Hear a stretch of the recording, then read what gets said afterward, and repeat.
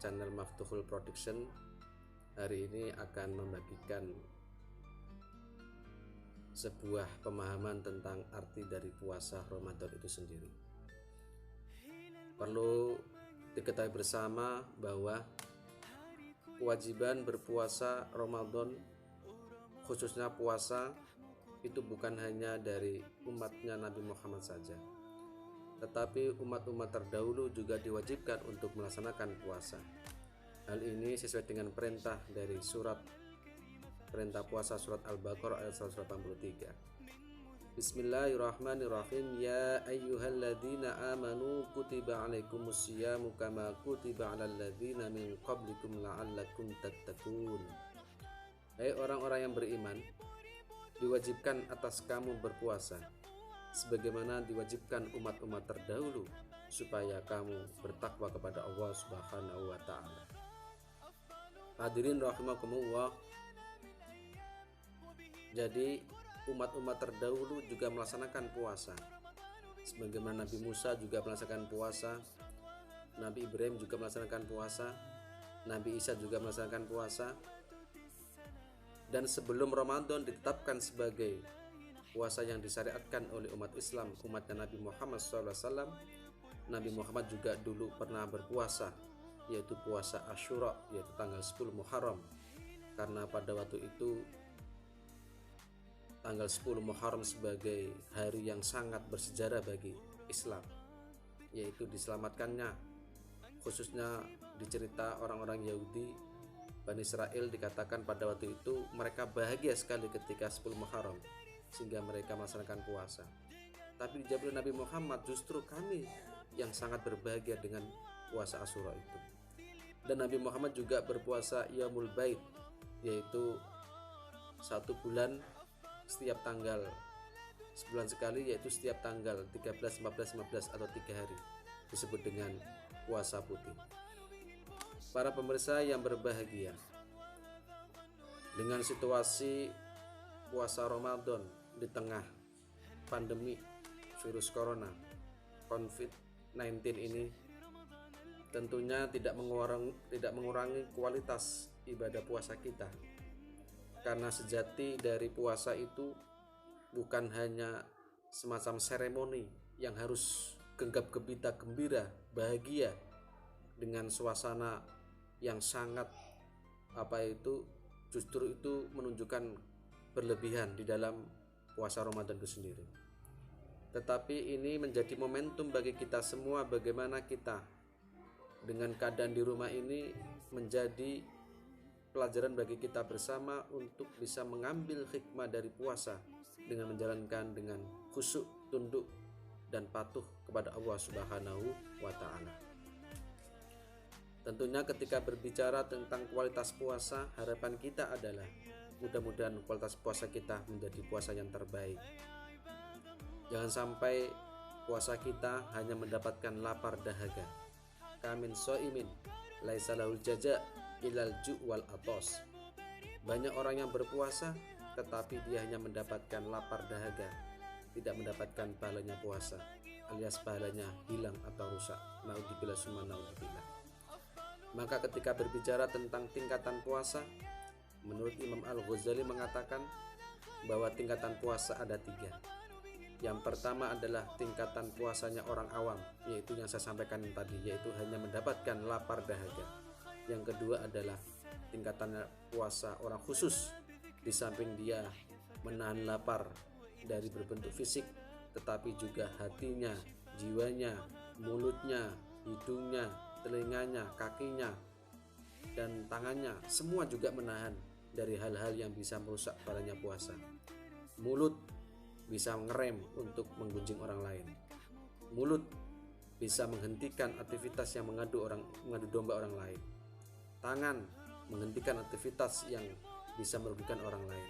Kaki menghentikan langkah-langkah tempat yang maksiat yang dijauhi dari Allah Subhanahu wa taala. Jadi semua aktivitas itu bukan hanya menahan lapar dahaga, tetapi aktivitas yang bisa menjadikan mengurangi pahala puasa, yaitu anggota badan lainnya juga puasa. Dan tingkatan yang ketiga adalah puasanya orang khawasul khawas, khusus di atas khusus. Ini tingkatan puasanya para wali. Karena apa? Di dalam pikirannya saja sudah ada pikiran untuk makan, pikiran untuk berbuat kemaksiatan, itu sudah menurut tingkatan ini sudah batal puasanya.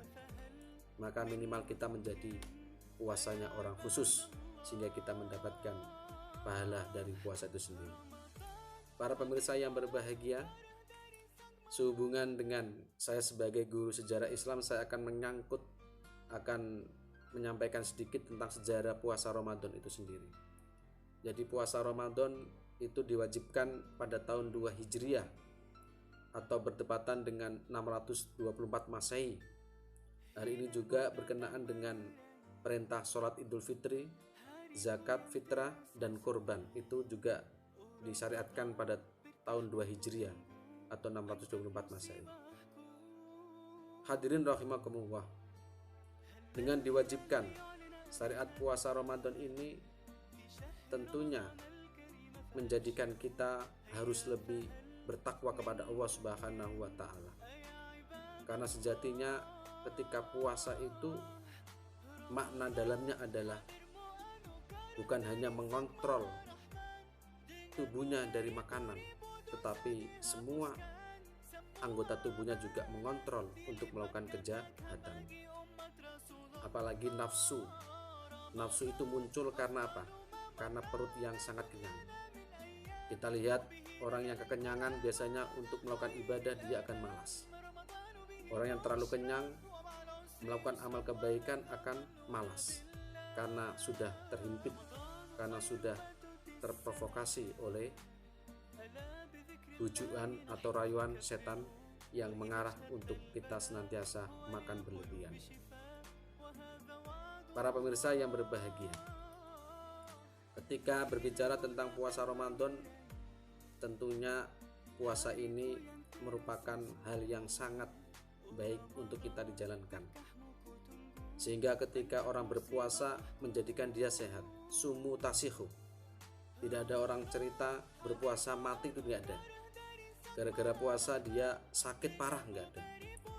Tetapi justru aktivitas puasa ini justru menyembuhkan dari beberapa penyakit yang ada. Saya itu punya pengalaman, banyak orang-orang alim atau orang-orang tua zaman dulu itu kenapa kok dia jarang sakit. Ternyata saya telusuri adalah karena hobi mereka adalah puasa. Ada yang puasa Senin Kamis, ada yang puasa Daud, ada yang puasa Dalail juga.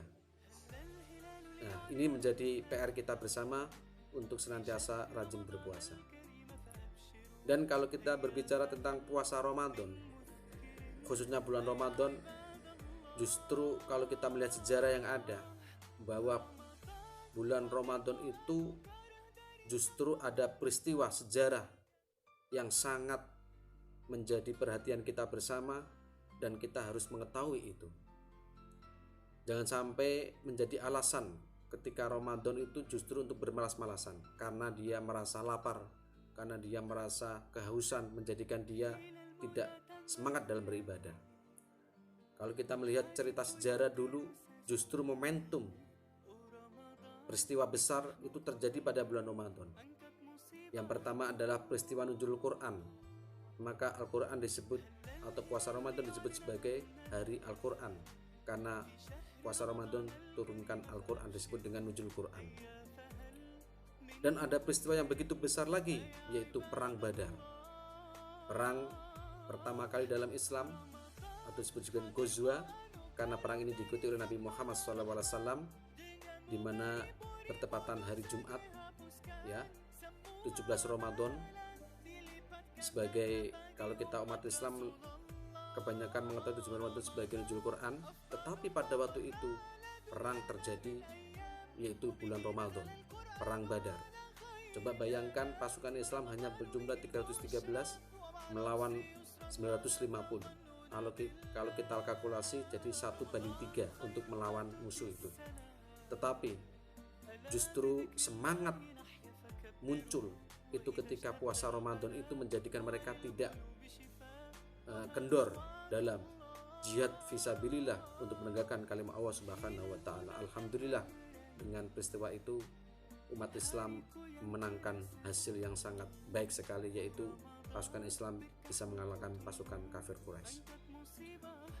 Ada peristiwa besar lagi di dalam bulan Ramadan, yaitu pada tanggal 20 Ramadan, tepatnya 8 Hijriah, yaitu kalau 2 Hijriah ditetapkan sebagai puasa Ramadan 6 tahun setelah disyariatkan puasa Ramadan, umat Islam mengalami kemenangan yang sangat telak bagi kafir Quraisy. Karena pada 20 Hijriah ini, 8 Hijriah ini, di mana pasukan Islam berhasil masuk ke kota Mekah atau disebut dengan Fathul Mekah.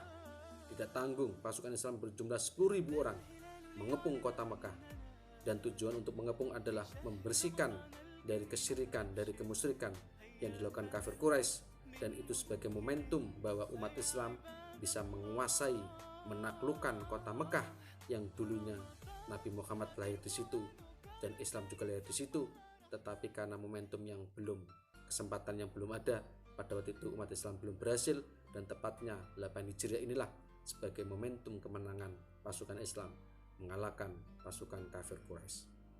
Para pemirsa yang berbahagia, apa yang bisa kita ambil pelajaran dari peristiwa ini menjadikan kita lebih semangat lagi.